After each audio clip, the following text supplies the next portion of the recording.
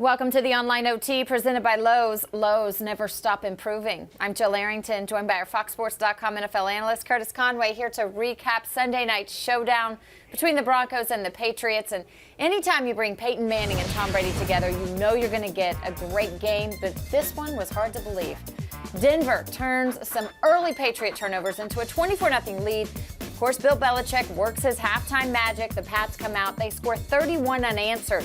Then Peyton rallies back to force overtime, but New England wins it with a field goal. Now, Curtis, can you try to explain the momentum swings in this game? I'll tell you what, it was definitely the tale of two halves. But, I mean, you got to look at Bill Belichick. If anyone has had Peyton Manning's number in the past and even now, it's been Bill Belichick and the New England Patriots defense. If you go back to when they used to battle in the playoffs, that defense was a nightmare for Peyton Manning, and they were the same way today. You know, they were going to make sure they ran the football. No, Sean Marino had a big day, over 200 yards rushing. Yeah, they let him go. But you can tell the game plan was to try to slow down Peyton Manning. They did that on defense. Now, offensively, they struggled, the Patriots. I mean, you had the turnovers early. They looked up. They were down 17 points by the end of the first quarter. It was 24-0 at halftime. And I'm saying to myself, this can't be the Patriots. But again, when you got Tom Brady, Bill Belichick, understanding that the defense wasn't playing as bad as the score indicated, they went in at halftime. Yeah.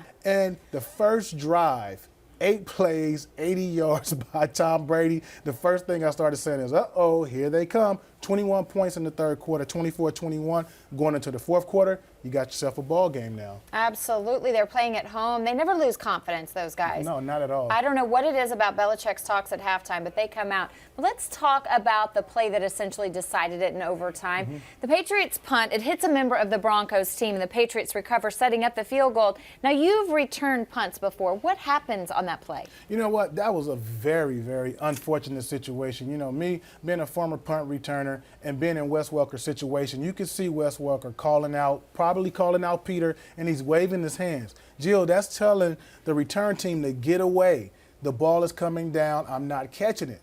And that ball can take a crazy bounce once it hits the ground. Right. Well, Tony Carter is blocking, so he can't see Wes Welker. He's not looking at waving Welker. his hand because he's too busy doing his job. And at the same time, he definitely can't hear him in that loud stadium. Once he locates the ball, he tries to get out the way, but it was a little too late right there in Broncos territory. I mean, it was just such a bad way to lose a football game because you can't say, okay, Tony, you should have done this, you should have done that. Unfortunate situation. And I'm going to tell you what. That's going to be a long plane ride home because the Broncos know they had an opportunity to go on the road to beat a good New England football team, put themselves in a better situation to host a game in the playoffs. And you know how this conference is.